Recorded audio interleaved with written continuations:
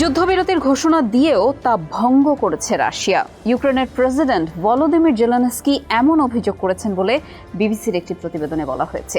Zelensky বলেন, যদি Russia এখন হঠাৎই সত্যিকার অর্থেই পূর্ণ এবং শর্তহীন যুদ্ধবিরতি পালনের জন্য প্রস্তুত থাকে, তাহলে ইউক্রেনও তেমনই প্রতিক্রিয়া দেখাবে।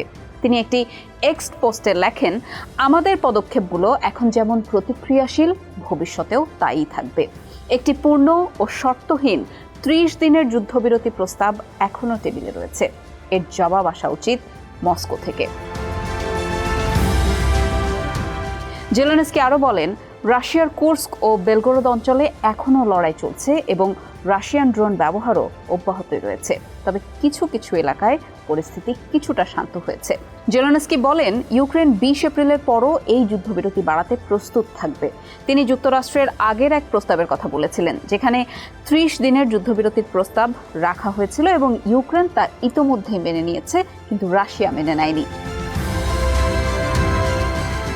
এর আগে সাময়িক যুদ্ধবিরতির ঘোষণা দিয়ে রুশ প্রেসিডেন্ট ভ্লাদিমির পুতিন বলেছেন, তিনি তার বাহিনীকে ইউক্রেনে সব ধরনের সামরিক কার্যক্রম বন্ধ করার নির্দেশ দিয়েছেন, কারণ তিনি ইস্টার যুদ্ধবিরতি ঘোষণা করেছেন, যা 20 এপ্রিল শেষ পর্যন্ত চলবে। তিনি বলেন, এই 30 ঘন্টার যুদ্ধবিরতি 20 এপ্রিল মস্কো সময় রাত 12টা পর্যন্ত চলবে। তবে রুশ বাহিনীকে যে কোনো সম্ভাব্য লঙ্ঘনের জবাব দিতে প্রস্তুত থাকারও নির্দেশনা দেওয়া হয়েছে।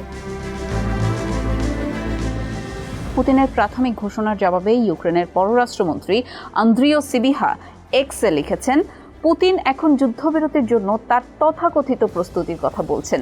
30 দিনের পরিবর্তে মাত্র 30 ঘন্টা।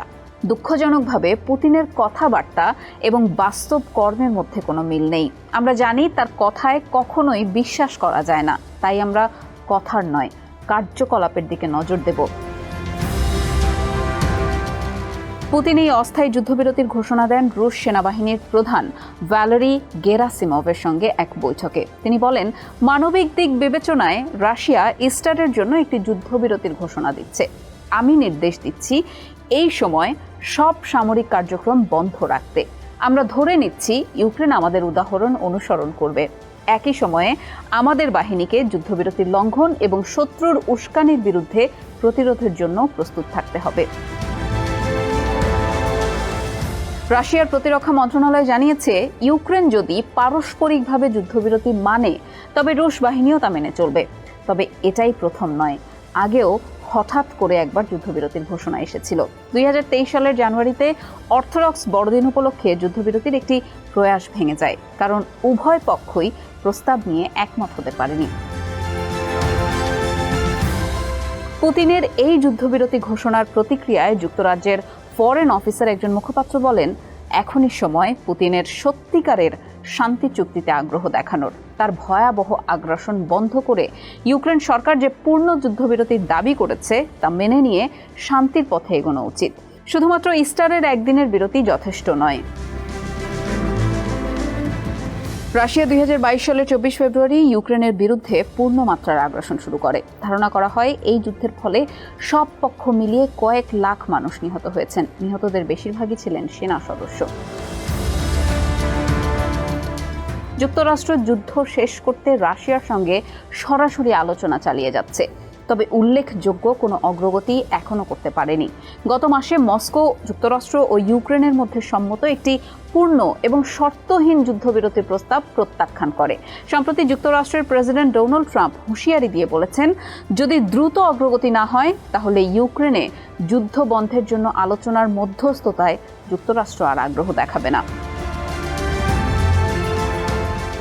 ট্রাম্প এই কথা বলেন পররাষ্ট্র সচিব মার্কো রুবিওর এক মন্তব্যের পর, যেখানে রুবিও বলেছিলেন, আমরা সপ্তাহের পর সপ্তাহ বা মাসের পর মাস এই প্রচেষ্টা চালিয়ে যেতে পারি না, কারণ যুক্তরাষ্ট্রের অন্যান্য গুরুত্বপূর্ণ অগ্রাধিকারের দিকেও মনোযোগ দিতে হবে। ট্রাম্প আরও বলেন, আমাদের এখন খুব দ্রুত নির্ধারণ করতে হবে যে এই চুক্তি আসলে সম্ভব কিনা। দ্রুত বলতে আমি বলছি সেটি মাত্র কয়েকদিনের মধ্যে। যদি এটা বাস্তবায়নযোগ্য না হয়, তাহলে আমরা শুধু সামনের দিকেই এগিয়ে যাব, এই অধ্যায় বন্ধ করে।